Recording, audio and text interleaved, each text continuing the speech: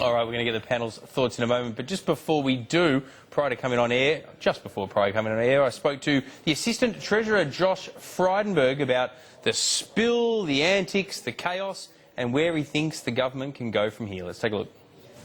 Josh Frydenberg, you've probably been the most prolific defender in the media, rivalled perhaps by your colleague Matthias Cormann defending the Prime Minister in the lead-up to this vote. One very simple question. Was the result closer than you thought, what you thought, or did you think that the spill motion advocates would get more votes?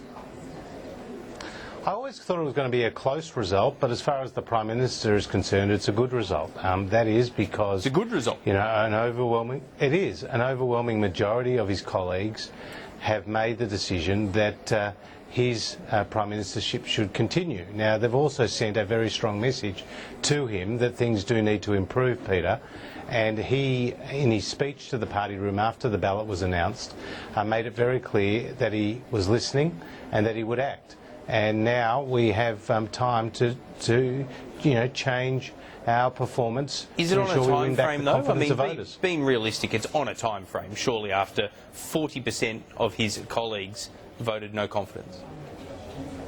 No, he's not on a time frame, but he's got obviously some key points ahead, and one of those key points is the budget in May.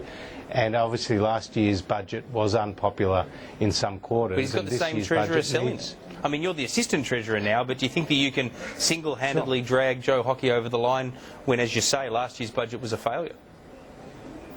Well, I didn't say it was a failure, but I'm saying there was aspects of it that were unpopular. But Joe Hockey is not to blame solely for that budget. I mean, that's a bit unfair for him. Well, the Prime Minister has to take a lot of the blame, doesn't he? He was the chair of the Expenditure Review Committee. I think at the end of the day, the blame needs to be shouldered by everybody. But we have an opportunity to right that wrong, Peter.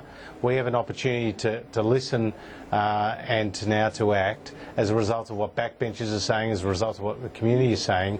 And the Prime Minister made it very clear in the party room that in difficult areas like health, we won't move forward with major changes without the support of key stakeholders in that health sector. So that's what Susan Lee is now doing. And I don't doubt that that will be a bonus for him to go through that process. But I want to go back to something you said earlier, where you said that this was a good result for the Prime Minister. Do you really think it was a good result? I work on the assumption that the front bench was loyal. If not, you've got rats in the ranks of the upper echelons of the government. So assuming that the front bench was loyal, that means that literally, quite literally, 2/3 of the backbench voted a vote of no confidence in their Prime Minister.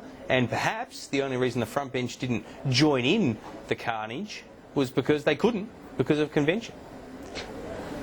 Well, I'll leave to you to speculate who voted how, but 2 points here.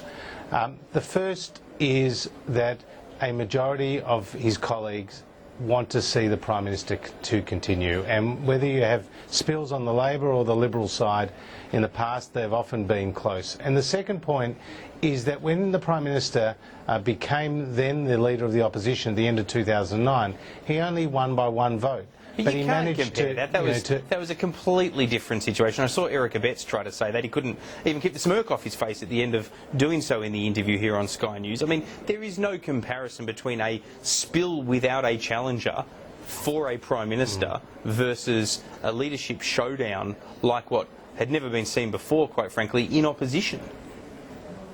Look, one's opposition, one's in government, so they're different in that respect. But why they're not different is because whenever you have a close vote like that, there are people who are going to continue to be aggrieved and continue to destabilise. But the Prime Minister put that behind him when he was then the Leader of the Opposition. He managed to win the support of his colleagues and to win government. There's no reason why, Tony Abbott can't emulate someone like John Howard, who in 2001 was well behind in the polls, a bit similar to the position we are in now, and went on at the end of 2001 to win an election by a 16-seat majority. He wasn't in as bad a position as this, in fairness, but I want to move on from that. I want to ask you about this notion of the Prime Minister bringing the party together from here. Don Randall made it quite clear late last night, as the seconder of the motion for the spill, that if the spill was unsuccessful, that there would be no letting up. How do you respond to that? Well, I think that's very unfortunate, and I'd say to Don that his interests are our interests, namely that we want the Liberal Party and the government to succeed, and we want to produce the best outcome for the Australian people. Now, while we're talking about ourselves, while we're involved in leadership tussles, we can't get on with the business of governing. So I'd say to Don, as I'd say to all my colleagues, the result is in. Now give the Prime Minister a fair go to get on with his job of governing for all Australians. All right, Josh Frydenberg, thank you once again for your time. Appreciate your company. Nice to be with you, Peter. Thank you.